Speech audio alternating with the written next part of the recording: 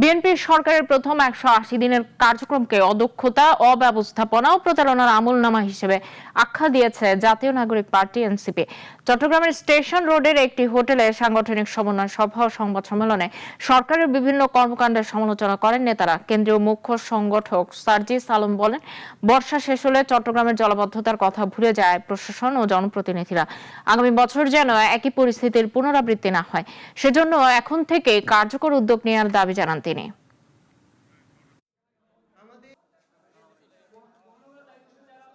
পূর্ববর্তী সরকারগুলোর যে একই চরিত্রের পুনরাবৃত্তি আমরা বিএনপির মধ্যে দেখতে পাচ্ছি, সেটা আমাদের মনে আশঙ্কা তৈরি করে যে এনসিপি যদি তাদের বাংলাদেশ পুনর্গঠনের, জুলাইয়ের আকাঙ্ক্ষার বাংলাদেশ গড়ার রাজনীতিতে স্থায়ী না হতে পারে এবং এই ভিত্তিটা তৈরি না করতে পারে, তাহলে হয়তো বর্তমান রাজনৈতিক দলের যে চরিত্রগুলো আমরা দেখতে পাচ্ছি, আগামীতে এর চেয়ে বেশি ফ্যাসিবাদী আচরণের প্রকাশ আমরা দেখতে পাওয়ার একটা সম্ভাবনা দেখছি।